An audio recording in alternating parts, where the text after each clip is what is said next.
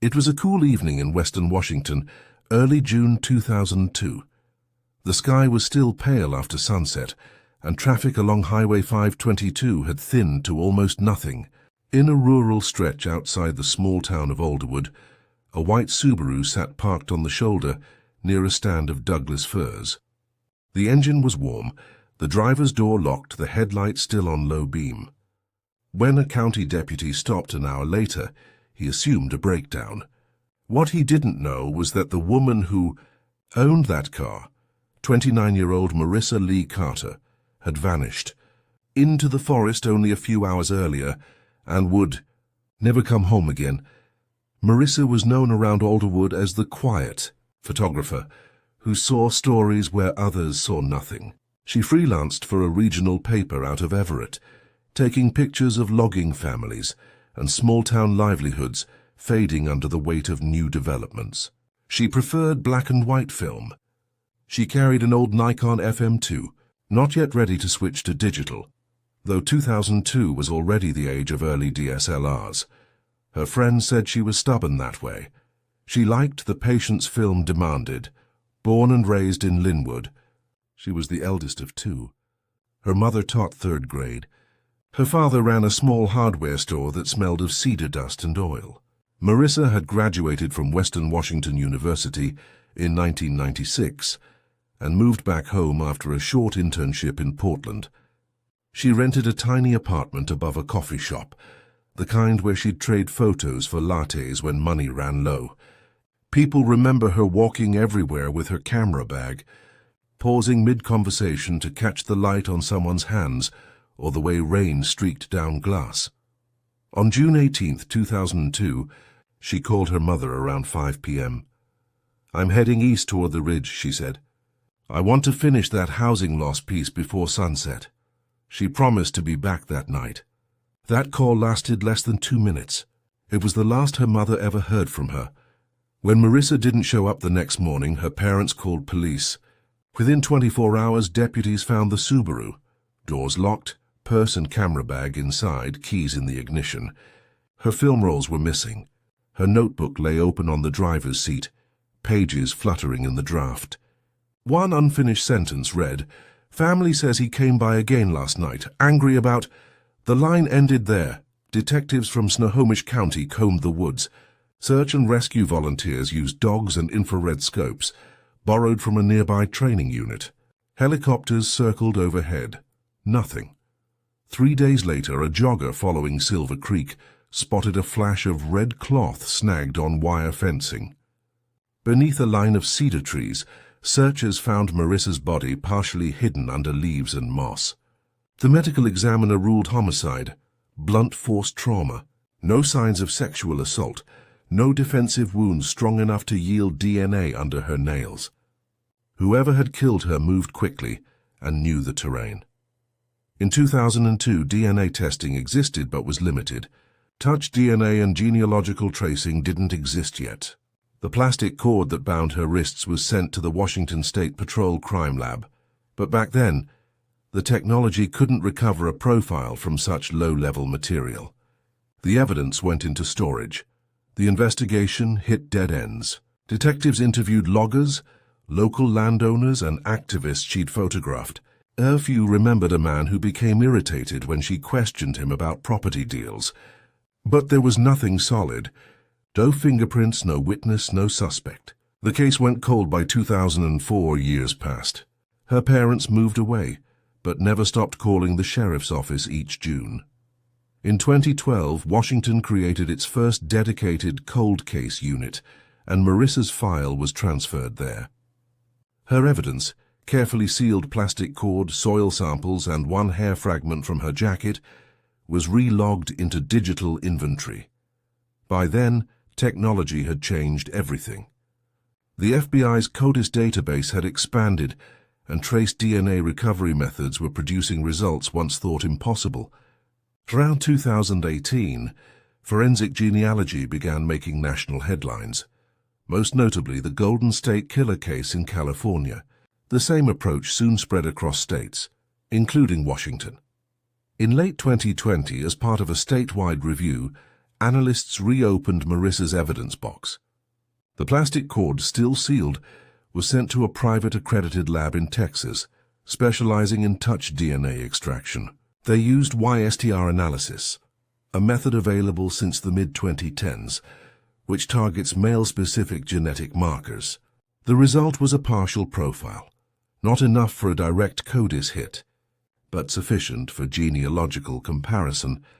By spring 2022, genealogists working with public DNA databases located a distant relative, a second cousin once removed, who had uploaded their DNA for ancestry purposes. Through family tree building and historical records, they narrowed the search to one branch of men who had lived in Western Washington in the early 2000s. One stood out, Earl Douglas Manning, now 49, who had worked in logging near Alderwood in 2002 and abruptly relocated to Oregon months after Marissa's death. Investigators quietly collected discarded items from Manning's curb, a plastic coffee lid, a cigarette butt. The DNA on those items matched the profile from the wrist-binding cord. It was enough for probable cause. On September 27, 2022, 2 decades after the murder, Manning was arrested outside his home in Eugene, Oregon. Inside his garage, detectives found boxes of old negatives and film canisters. Among them was a roll labeled June 18th in '02. When developed, one frame showed Marissa's Subaru on a gravel turnout. Another showed the porch of a rural house she had visited that evening. The third, most chilling of all, was a blurred shot of Marissa herself, camera in hand, looking directly toward the lens, as if she hadn't realized someone else was photographing her. When word reached Alderwood, the shock was immediate. Detectives who'd been rookies back in 2002 returned to the station, stunned that a fragment of plastic saved in a paper bag had solved what decades of interviews could not. Forensic technology, unavailable in her lifetime, had spoken for her 20 years later. Her mother attended the 2023 court hearings quietly. "It took science to do what grief never could," she told reporters outside the courthouse. For Washington's cold case team, Marissa Carter's story became a turning point, proof that no evidence is too old, no file too dusty. If preservation and persistence hold, and somewhere along those rainy foothill roads where her story began, the wind still moves through the fir trees the way it did that night in 2002, steady, unbroken, carrying the echo of a camera shutter that never truly stopped. The trial didn't just reopen wounds, it brought them into sharp focus. Alderwood had always been a small town, where news traveled fast and stories lingered longer. Marissa Carter's disappearance in 2002 had been the sort of event that people whispered about at grocery stores and in church pews for years. The arrest of Earl Douglas Manning in 2022 was unexpected. For many, it was almost surreal. The man who had blended into the background, who had worked the same logging jobs and lived in the same neighborhoods, now carried the weight of a decades-old crime. Before the arrest, law enforcement spent months constructing a timeline that spanned 20 years. Manning's life in 2002 was documented in fragments. Co-workers remembered him as quiet, a man who didn't speak much unless spoken to, who kept his distance from social gatherings. But one woman from a logging crew recounted that he had been unusually fixated on the small news items about Marissa during that summer. She had brushed it off at the time, thinking it was nothing more than curiosity. No one realized that what seemed minor could be tied to something far darker. The court preparation involved painstakingly cataloging the physical evidence. The plastic cord, once dismissed as unusable, was the crown jewel of the case. Swabs taken in 2020 had produced a partial DNA profile, which was verified independently by 2 separate labs to ensure integrity. Investigators also located Manning's old apartment lease agreements and employment records from 2002. He had rented a small cabin just 5 miles from the forest where Marissa's body had been found. That proximity, combined with the DNA evidence, provided the prosecution with the backbone for the case. Detectives re-interviewed witnesses from 2 decades prior. Memories had faded, but certain details resurfaced with clarity. A neighbor recalled seeing a white Subaru parked on the edge of the forest that evening, the car idling as if someone was waiting. Another remembered Manning's pickup parked along the same route, engine off with no driver in sight. The pieces were scattered, but they now began to form a coherent pattern.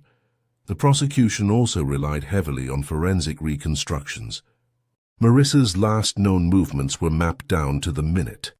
She left her apartment at 4:50 p.m., drove along Highway 522, and was seen by a local farmer at approximately 5:30 p.m., taking photographs of a field where several families had recently lost their homes due to development projects. Her camera bag contained both undeveloped rolls and a notebook filled with observations, details about displacement, rent disputes, and interviews with residents. That notebook had been recovered from the car untouched, but the undeveloped film was gone, missing from her bag. Later, the same film was discovered in Manning's garage, partially deteriorated, but enough to show Marissa on the day she disappeared. As the trial approached, Alderwood prepared for a media frenzy. National outlets had picked up the story. It was a perfect intersection of true crime, technological breakthrough, and local residents, many of whom had known Marissa personally, were anxious. Candlelight vigils had resumed quietly, not for protest but to honor her life and anticipate the trial. Her parents, Judith and Robert Carter, were determined to remain present. Every day they sat in the front row holding hands, their faces etched with decades of worry and grief. Opening statements were delivered with precision. Prosecutors painted a picture of the quiet town, the missing photographer, and the man who had lurked nearby all those years. They emphasized the partial DNA profile and genealogical match, explaining in simple terms how modern science could reconstruct family trees to narrow down suspects. They highlighted the recovered film, the notebook and personal items found in Manning's possession, all linking him to Marissa. The defense, predictably, focused on the passage of time. They argued that memories were unreliable, that evidence stored for 20 years could be contaminated, and that no eyewitness had definitively seen Manning commit the act. They claimed the genealogical method, while promising, was still a developing science in criminal investigations and could not stand alone. They questioned the chain of custody and suggested that multiple people could have come into contact with the cord over the years. During the trial, the testimony of forensic experts became central. Our senior analyst described in meticulous detail how the cord was swabbed, how DNA was extracted from the knotted ends, and how the profile was compared to known databases. The jury learned about YSTR profiling, which focuses on male-specific markers and is particularly useful when analyzing low-level samples. The explanation was delivered in simple language. Even the tiniest skin cells, previously considered useless, could now tell a story. Witnesses who had observed Manning in 2002 recounted subtle but disturbing behaviors. One neighbor remembered seeing him following the edge of the forest, carrying a small bag similar to the one Marissa often carried. Another recalled him watching vehicles along Highway 522, as if noting their movements. Individually, each observation seemed minor, almost incidental. Together, they built a portrait of someone quietly fixated, someone whose presence had gone unnoticed by the casual observer. The recovered film was presented in court as well. While many frames were out of focus, several showed Marissa in the act of photographing her subjects. One frame, taken mere minutes before she disappeared, captured a shadowed figure in the distance, indistinct but present. The prosecution highlighted how this aligned with her final movements recorded in her notebook and with witness accounts. These visual fragments became a silent but powerful witness, a record of Marissa's last hours and the unseen presence that followed her. During cross-examination, The defense tried to suggest alternate explanations. Could someone else have handled the cord? Could the film have been misplaced and ended up in Manning's garage coincidentally? Were the recollections of neighbors accurate after 20 years?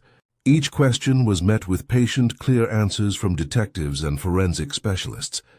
Chain of custody records showed evidence had been meticulously logged, sealed and stored under strict conditions, minimizing the risk of contamination.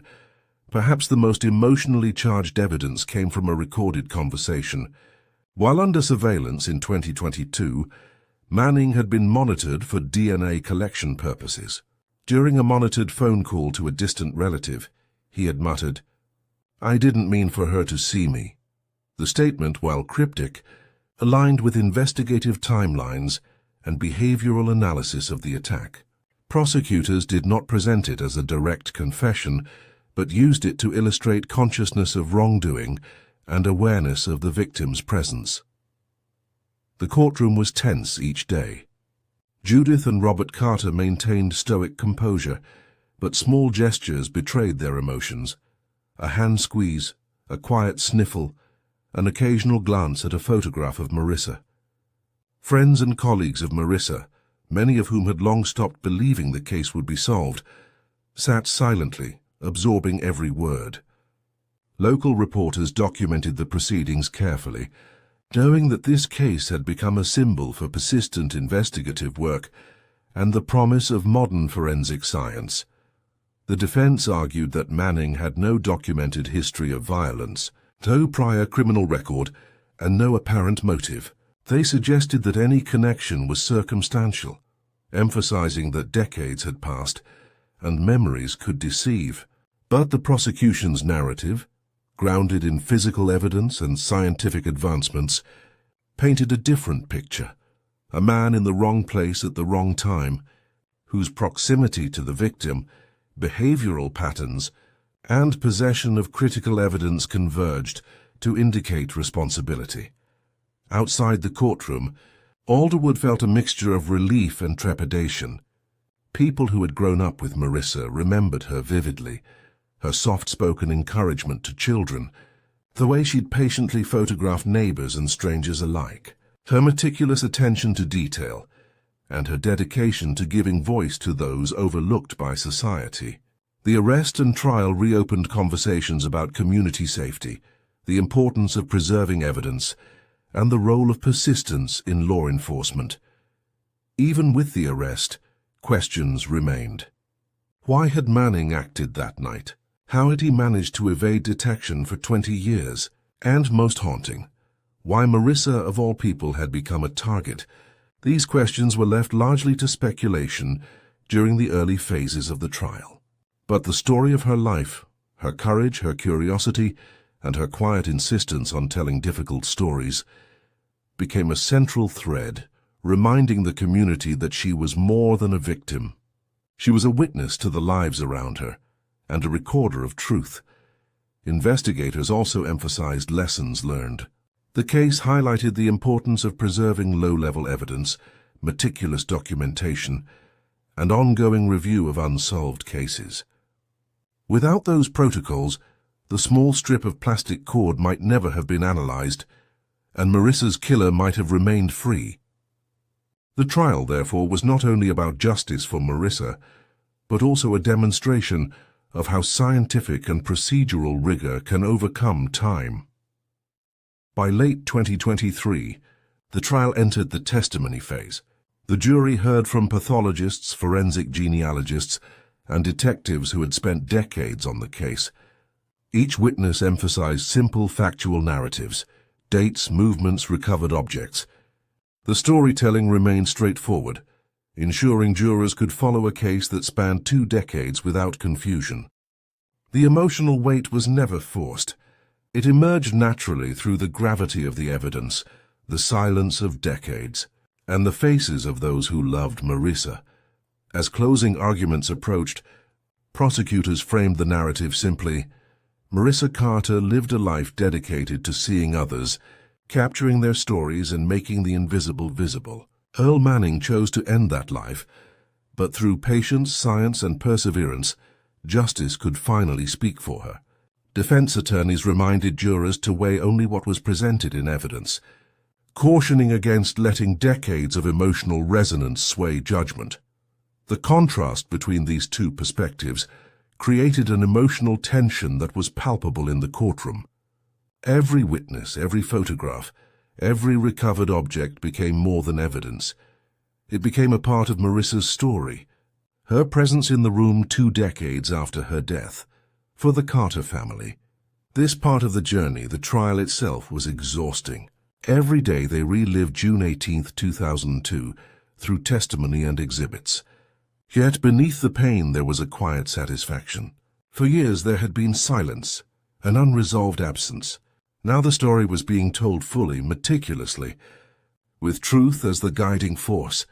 And somewhere, in the corridors of the Snohomish County Courthouse, the small fragments of evidence collected 20 years ago, a cord, a roll of film, a few strands of hair, were speaking loudly, carrying the voice of a woman who had never stopped watching, never stopped noticing, never stopped recording the world around her.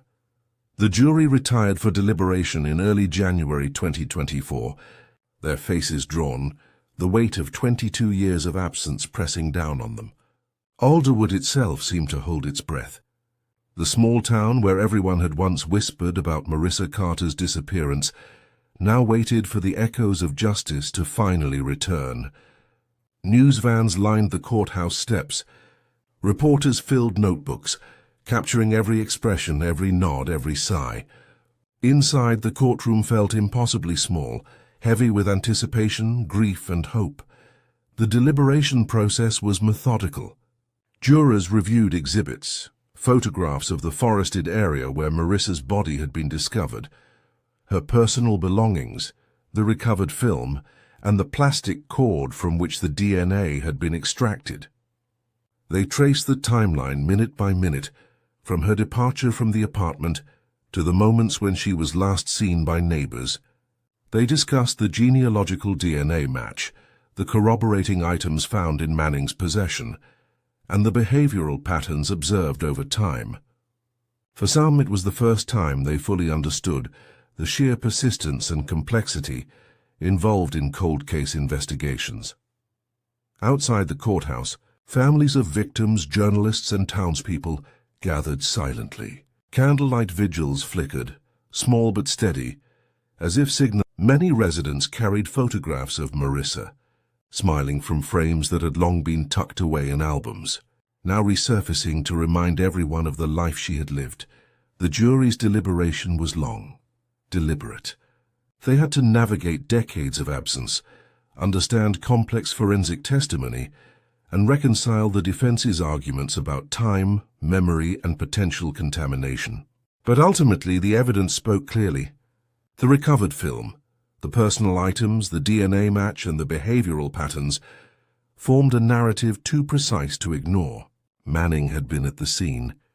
He had interacted with Marissa, tracked her movements, and attempted to conceal evidence of his crime for more than 20 years. When the verdict was finally delivered on January 25, 2024, Alderwood's streets were unusually still. The jurors filed back into the courtroom. One by one, the foreperson read the decision aloud. Guilty on all counts. Gasps rippled through the courtroom. Judith Carter let out a trembling sigh and leaned into her husband, whose eyes glistened with unshed tears. For the first time in over 2 decades, the weight of unanswered questions lifted slightly, replaced by the quiet, heavy affirmation that justice, long delayed, had not been denied. Outside, reporters swarmed the courthouse. How did the case finally get solved? What led to the arrest after 20 years? What's next for Marissa's family? The answers were rooted in patience, technology, and an unwavering commitment to uncovering truth. Investigators explained that cold case units across the country had begun revisiting decades-old homicides, using advanced DNA techniques and genealogical mapping, creating a pathway for answers that were once impossible. For the Carter family, though, the focus was not on headlines. It was on the small moments: the recovery of Marissa's camera, the discovery of her notebook, the reconstructed film roll. Each fragment told a story of her last hours, of the woman who had dedicated her life to documenting others, and of the resilience of her own memory. Alderwood's community also felt the impact. Residents had once been paralyzed by fear and uncertainty. Now, seeing accountability realized decades later, there was a cautious, measured relief. Parents could point to a tangible result of persistence. Neighbors realized that silence and inaction were no longer inevitable, that advocacy, public pressure, and careful preservation of evidence could make a difference. But as the town exhaled, deeper questions remained. How had Manning managed to live unnoticed for 20 years? How had subtle, almost invisible behaviors eluded detection? And why had Marissa, in her simple daily acts of curiosity and documentation, become a target? These questions could not be answered fully, but they shaped the narrative of caution, vigilance, and awareness that Alderwood embraced. Marissa's colleagues in photojournalism, many of whom had followed the case for decades, finally felt a closure that had long eluded them. Her friends organized a public memorial, displaying her works, photographs capturing moments of everyday life, and images of the rural landscapes she had loved to explore.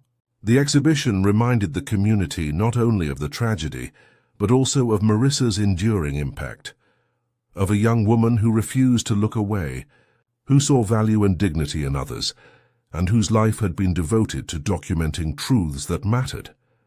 The recovered film was placed in protective archival storage, analyzed by experts, and presented in court as a testament to her dedication.